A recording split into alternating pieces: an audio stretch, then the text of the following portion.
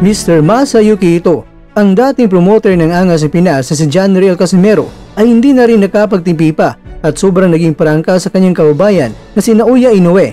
Mr. Ito, pinangalanan na kung sino nga ba ang boksingero na mahihirapan talaga itong si Inoue.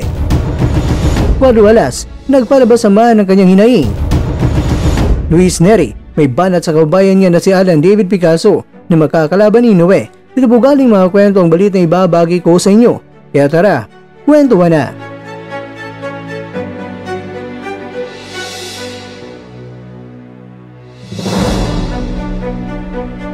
Ayon sa balita na ibinahagi ng Yahoo News Japan, itong si Mr. Ito ay nagbanggit na ng pangalan na isang boksingero na sa tingin niya ay mahihirapan itong si Inoue pagdating ng araw ng kanilang sagupan. Mahihirapan daw itong si Inoue dahil malakas sumuntok at napaganda ng timing kung magbitaw ng uppercut. Ang problema ni Inoue ay kung paano niya papasukin ang boksingero na ito dahil magaling din ito na magdala ng tamang distansya sa laban. At ang boksingero niya na tinutukoy ay ang World Boxing Organization Featherweight World Champion na si Rafael Espinosa. Pumilip itong si Mr. Ito kay Espinosa na rin sa tibay nito dahil kung ating matatandaan mga kakwento, itong si Espinosa ay napabagsak na ito ni Robicy Ramirez sa panahon nagkasagupan sila sa unang pagkakataon na kung saan itong si Ramirez pa ang world champion. Pero nagulat na lang ang lahat dahil bumangon itong si Espinosa mula sa hukay at pinabagsak din itong si Ramirez bago magtapos ang 12 rounds at nanalo si Espinosa by a majority decision at siya ang hinirang na bagong WBO Featherweight World Champion. Kung agyat na talaga itong si Inoue sa featherweight at ang makakasagupan niya ay ang higanting si Espinosa na may tangkad na 6'1", habang itong si Inoue naman ay may tangkad lang na 5'5", ibig sabihin ay may 8 inches na mas matangkad itong si Espinosa kay Inoue. Kaya ang nakikita niya kung paano lalapain ni Inoue itong si Espinosa ay mula sa solidong body shots. Papaulanan talaga ito ni Inoue ng mga body shots dahil kung matangkad ang kalaban ay mas nababakante ang katawan. Pero ayon kay Mr. Ito ay depende pa rin ito kung makapasok ba itong si Inoue sa katawan ni Espinosa na alam niya na may mga magagandang mga jabs din itong si Espinosa para pigilan itong si Inoue na makapasok. Kaya para kay Mr. Ito ay mahirapan talaga itong si Inoue kung si Espinosa na ang kanyang haharapin kung akyat na siya sa featherweight division. Samantala, may pasimpleng banat naman ng Quadrualas It's My Boy na Facebook page.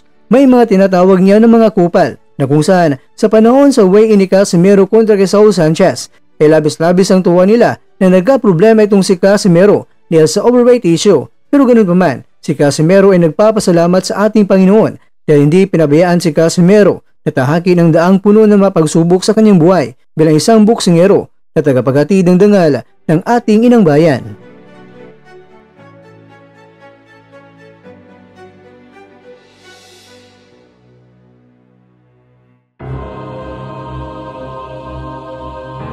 Pangyaga-kwento, pati itong si Neri ay napakaprangka kay Picasso. Napakadali lang daw tapusin ni Inoue itong si Picasso. Undefeated nga si Picasso pero hindi sanay na lumaban sa mga kilalang mga boksingero. Ayon pa naman kay Picasso, tatalunin niya si Inoue dahil si Neri ay pagtanggol niya ito.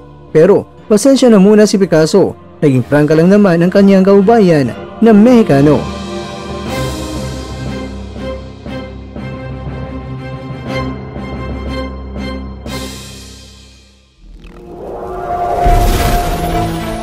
At dyan, nagtatapos ang ating kwento.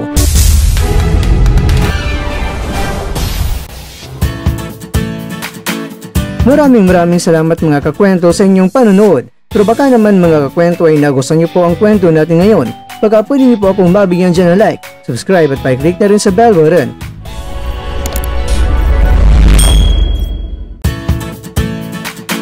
Pero bago tayo tatapos mga kwento, syempre, shoutout po muna tayo dyan sa ating mga kakwento. Kay kakwentong Boyax Vlogs Romania, kay kakwentong Julian Pedrosa, kay kakwentong Ramil Vitania, at kakwentong nanonood ngayon, shoutout sa iyo dyan. Bueno, dito na po muna ang ating kwentuhan at abangan nyo na po ating susunod na video. At dito na po yan sa isang channel na kung saan maaring ito'y mga kwentong di pa na kwento sa inyo.